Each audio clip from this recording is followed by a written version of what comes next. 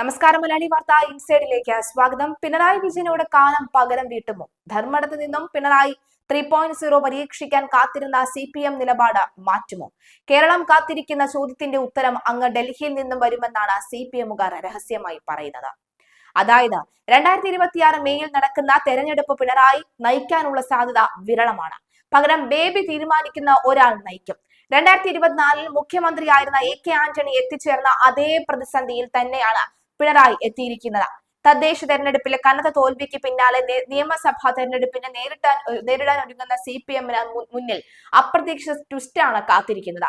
സഹപ്രവർത്തകർ വരെ ചിരിച്ചു തള്ളിയ VD സതീശന്റെ നിലപാടുകൾ വിജയ ഫോർമുലയായി മാറിയതിന്റെ അമ്പരപ്പിലാണ് കോൺഗ്രസ് ക്യാമ്പുകൾ. ഈ വിജയം പ്രതിപക്ഷത്തിന് ആത്മവിശ്വാസം പകരുന്നതിനുള്ള കാരണങ്ങൾ എന്തെല്ലാമാണ്? തലസ്ഥാനത്ത് നേടിയ വൻ വിജയം വരാനിരിക്കുന്ന പടത്തിന്റെ ട്രെയിലർ മാത്രമാണ് എന്ന് NDA പറയുമ്പോൾ അതിൽ അതിശയോക്തിയുണ്ടോ? പിണറായിയുടെ നേതൃത്വത്തിൽ അടുത്ത നിയമസഭാ തെരഞ്ഞെടുപ്പ് നടന്നാൽ കെട്ടിവെച്ച പൈസ പോലും കിട്ടില്ലെന്ന് CPMകാർ തന്നെ അടക്കം പറഞ്ഞു തുടങ്ങി. തദ്ദേശമിങ്ങ് കൂടെ പോരുമെന്ന മട്ടിൽ അംഗത്തിറങ്ങിയ LDFന് സംഭവിച്ചത് അപ്രതീക്ഷിത തകർച്ചയാണ്. പണ്ടേ തങ്ങളെ സഹായിക്കാത്ത തദ്ദേശ തെരഞ്ഞെടുപ്പിൽ വലിയ പ്രതീക്ഷ വെക്കായിരുന്ന UDFനാകട്ടെ അപ്രതീക്ഷിത വളർച്ചയും. തിരുവനന്തപുരം കോർപ്പറേഷനിലെ ഏറ്റവും വലിയ ഒറ്റകക്ഷിയായി BJP തലസ്ഥാന ഭരണം പിടിച്ചെടുത്തിരിക്കുന്നു. ഒപ്പം വോട്ട് വിഹിതത്തിലും മുന്നേറ്റം ഉണ്ടാകുന്നു. പിണറായി 3.0 ലോഡിംഗ് എന്ന് പോസ്റ്റ് ചെയ്യാൻ ഒരുങ്ങിയ 1000 പ്രൊഫൈലുകൾ പൊടുന്നനെ നിശബ്ദമായി. 2026 നടക്കാനിരിക്കുന്ന നിയമസഭാ തെരഞ്ഞെടുപ്പ് കേരളം കണ്ട ഏറ്റവും വലിയ വാശിയേറിയ ഒന്നായി മാറുമെന്ന സൂചനയാണ് തദ്ദേശ ഫലങ്ങൾ നൽകുന്നത്. പിണറായി തന്നെ തുടരുമെന്ന് കോൺഗ്രസുകാർ തന്നെ ആവശ്യപ്പെട്ടു തുടങ്ങിയിരിക്കുന്നു. 2026 തെരഞ്ഞെടുപ്പിൽ മുഖ്യമന്ത്രി പിണറായി വിജയൻ തന്നെ മുന്നിൽ നിന്ന് നയിക്കുമെന്ന് CPM സംസ്ഥാന സെക്രട്ടറി MV ഗോവിന്ദൻ ഉൾപ്പെടെയുള്ള പലതവണ വ്യക്തമാക്കിയതാണ്. കഴിഞ്ഞ തവണ കൊണ്ടുവന്ന അതേ ടേം വ്യവസ്ഥ പിണറായിക്ക് വേണ്ടി മാത്രം ഇളവ് ചെയ്ത് അദ്ദേഹത്തെ ധർമ്മടത്ത് നിന്ന് മത്സരിപ്പിക്കാനുള്ള ഒരുക്കങ്ങളും പാർട്ടി അണിയറയിൽ തുടങ്ങിയിരുന്നു.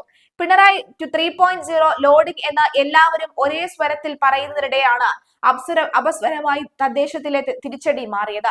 പാർലമെന്റ് തെരഞ്ഞെടുപ്പിൽ ലഭിച്ച വൻ തിരിച്ചടി സ്വാഭാവികമാണെന്നും വിലയിരുത്താമെങ്കിലും തദ്ദേശത്തിലെ വീഴ്ച അസ്വാഭാവികമാണെന്ന പാർട്ടിയെ ആരും പറഞ്ഞ് മനസ്സിലാക്കേണ്ടതില്ല.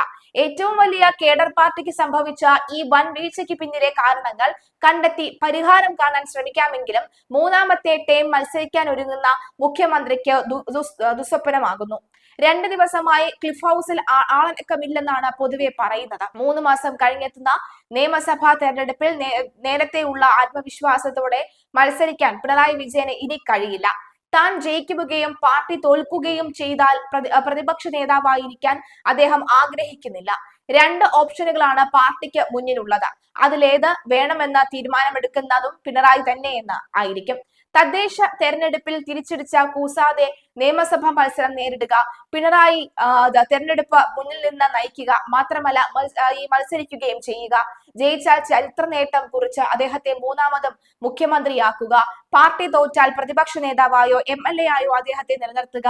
എന്നാൽ CPMകാരിൽ ബഹുഭൂരിപക്ഷവും പിണറായി മാറണമെന്ന അഭിപ്രായം പിന്തുടരുന്നവരാണ്.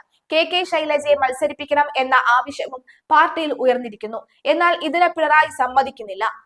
2024 ലോക്സഭാ തെരഞ്ഞെടുപ്പിൽ കോൺഗ്രസിൽ വൻ തകർച്ച നേരിട്ടപ്പോഴാണ് AK ആന്റണിക്ക് മുഖ്യമന്ത്രി സ്ഥാനം രാജിവെക്കേണ്ടി വന്നത്. തൽക്കാലം പിണറായിക്ക് അത്തരമൊരു സാഹചര്യം ഇല്ലെങ്കിലും MLAമാർ പിണറായി മാറി നിൽക്കണം എന്ന അഭിപ്രായം പിന്തുടരുന്നവരാണ്. പിണറായി മത്സരിക്കാതെ തെരഞ്ഞെടുപ്പ് നയിക്കുക എന്ന സാധ്യതയും ആലോചനയിലുണ്ട്. അപ്പോൾ അടുത്ത ചോദ്യം ആര് മുഖ്യമന്ത്രി സ്ഥാനാർത്ഥി ആകും എന്നുള്ളതാണ്. അങ്ങനെ ഒരു കാര്യത്തെക്കുറിച്ച് ഇതുവരെ ഗൗരവമായി ചിന്തിക്കാതെ CPM പക്ഷേ ഇനി അത് ചിന്തിച്ചേക്കും. പാർട്ടി സെക്രട്ടറി MV ഗോവിന്ദനാണ് പാർട്ടി രീതി അനുസരിച്ച് നറുക്ക് വീഴ്ത്തുക എങ്കിലും അസാധാരണ സാഹചര്യങ്ങളിൽ അസാധാരണ തീരുമാനങ്ങൾ എന്ന പോലെ കേരളത്തിന്റെ ആദ്യ വനിതാ മുഖ്യമന്ത്രി സ്ഥാനാർത്ഥിയായി KK ശൈലജയെ അവതരിപ്പിക്കാനുള്ള തീരുമാനം ചിലപ്പോൾ ഉണ്ടായേക്കാം. ഭരണം നഷ്ടപ്പെടുന്ന സാഹചര്യം ഒഴിവാക്കാൻ അതും കൂടായികയില്ല. പെൻഷൻ വാങ്ങി ഷാപ്പാടടിച്ചിട്ട് ഞങ്ങൾക്കിട്ട് വെച്ചു നന്ദികേട് കാണിച്ചു അപ്രതീക്ഷിത തോൽവിയിൽ മുതിർന്ന CPM നേതാവായ MM മണിയുടെ ആദ്യ പ്രതികരണം ആയിരുന്നു ഇത്. പുറത്തു പറഞ്ഞെങ്കിലും ഇടതു നേതാക്കന്മാരും പ്രവർത്തകരും മനസ്സിൽ ആദ്യം ആലോചിച്ചതും ഇത് തന്നെയാകണം. മണിയാശാൻ നാടനായതുകൊണ്ട് അത് പറ്റാണ് ഇതെന്ന് മാത്രം. ക്ഷേമ പ്രവർത്തനങ്ങൾ പലതും എത്തിച്ചു നൽകിയില്ല അല്ലെങ്കിൽ നടത്തിയിട്ടും എന്തുകൊണ്ട് ഇടതുപക്ഷം തോറ്റു എന്ന് ആലോചിച്ചാൽ ലഭിക്കുന്ന കാരണങ്ങൾ പലതാണ്. 10 വർഷം നീണ്ട ഭരണത്തോടുള്ള മടുപ്പ് അഥവാ ഭരണവിരുദ്ധ വികാരം, ശബരിമല സ്വർണ്ണക്കൊള്ള, തെരഞ്ഞെടുപ്പ് ലക്ഷ്യമാക്കി പിണറായി നടത്തിയ ന്യൂനപക്ഷ വർഗീയ വിരുദ്ധ പരാമർശങ്ങൾ, അങ്ങനെ പലതും. യുവത്വമല്ല, മറിച്ച് പരിചയ സമ്പന്നത തന്നെയാകണം ഒരു സ്ഥാനത്തേക്ക് ഒരാളെ തെരഞ്ഞെടുക്കുമ്പോൾ ഏത് രാഷ്ട്രീയ പാർട്ടിയും മാനദണ്ഡമാക്കേണ്ടത് എന്ന് തിരുവനന്തപുരത്തെ പരാജയം ഉറപ്പിച്ചു പറയുന്നു. മറ്റു പല കോർപ്പറേഷനുകളും തോറ്റെങ്കിലും തിരുവനന്തപുരം പോലെ ഇത്രയും സുരക്ഷിതമായ ഒരു സ്ഥലത്തെ BJP-യോടുള്ള തോൽവി മുന്നണിയെ തന്നെ ഉലച്ച കളഞ്ഞിരുന്നു. പൊളിറ്റിക്കലായ ആദ്യത്തെ തദ്ദേശ തെരഞ്ഞെടുപ്പിലാണ് പലരും ഈ ഫലത്തെ വിലയിരുത്തുന്നത്. ജനം UDF-ന് ഒരു അവസരം കൊടുക്കണമെന്ന് നിശ്ചയിച്ചു ഉറപ്പിച്ചതുപോലെ വോട്ട് ചെയ്തു. ഗ്രൗണ്ട് ലെവലിൽ പണിയെടുക്കുന്ന മികച്ച സ്ഥാനാർത്ഥികളാണ് തദ്ദേശ തെരഞ്ഞെടുപ്പിൽ രാഷ്ട്രീയത്തെക്കാൾ ഉപരി ഇടതുപക്ഷത്തെ എന്നും താങ്ങി നിർത്തിയിരുന്നത് എങ്കിലും ഇത്തവണ അത്തരത്തിൽ മികവ് അവകാശപ്പെടാവുന്ന പലരും പരാജയപ്പെട്ടു. 10 വർഷമായി ഭരണത്തിലിരിക്കുന്ന പാർട്ടിയെ താഴെ ഇറക്കണമെന്ന ഉദ്ദേശത്തോടുകൂടി ജനം വോട്ട് ചെയ്തു. വരുന്ന നിയമസഭാ തെരഞ്ഞെടുപ്പിനെ കുറിച്ച് ഓർക്കുമ്പോൾ LDF-നെ വേവലാതിപ്പെടുത്തുന്നതും ഈ പാറ്റേൺ തന്നെയാണ്. തിരുവനന്തപുരത്തെ തോൽവിയുടെ ഭാരം മേയർ ആര്യ രാജേന്ദ്രന്റെ തോളിലേക്ക് ഇപ്പോൾ ചാരാൻ തന്നെയാണ് തുടങ്ങിയിട്ടുള്ളത്. ഒപ്പം കൗൺസിലറായിരുന്ന സമപ്രായക്കാരിയായ പെൺകുട്ടി മുതൽ ഇങ്ങോട്ട് ആര്യയുടെ ഭരണത്തിലെ പാളിച്ചകളെ കുറിച്ചും സ്വഭാവത്തെക്കുറിച്ചും ഒക്കെ വിമർശിക്കുന്നവരും ഒരുപാടാണ്. മറ്റു പല കോർപ്പറേഷനുകളും തോറ്റെങ്കിലും തിരുവനന്തപുരം പോലെ ഇത്ര സുരക്ഷിതമായ ഒരു സ്ഥലത്തെ BJP-യോടുള്ള തോൽവി മുന്നണിയെ തന്നെ ഉലച്ചു കഴിഞ്ഞു. ശബരിമല സ്വർണ്ണക്കൊള്ള തെരഞ്ഞെടുപ്പിനെ സ്വാധീനിക്കുമെന്ന് UDF ആണയിട്ട് പറഞ്ഞെങ്കിലും LDF അത് പുച്ഛിച്ചു തള്ളുകയുമാണ് ചെയ്തത്. സംഭവത്തിൽ പ്രതികളായ പത്മകുമാർ അടക്കമുള്ളവരെ ജില്ലാ കമ്മിറ്റിയിൽ നിന്ന് പുറത്താക്കാതെ രാഹുൽ മാങ്കൂട്ടത്തെ പുറത്താക്കണമെന്ന് ആവോളം വാശി പിടിച്ചതും ഇതേ നേതാക്കൾ തന്നെയാണ് എന്നുകൂടി ആലോചിക്കുക.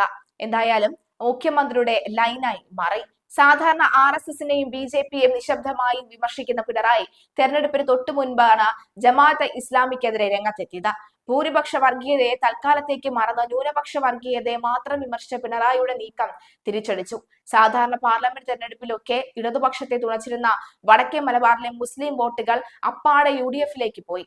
ശബരിമല സ്ഥിതി ചെയ്യുന്ന പന്തളത്ത് വിജയിച്ചെന്ന് പറഞ്ഞ് നിൽക്കാമെങ്കിലും ശബരിമല വിഷയത്തിൽ തെക്കുള്ള ഹിന്ദു വോട്ടർമാർ CPM-ന് നഷ്ടമായി പോയി എന്നുകൂടി കണക്കാക്കുക.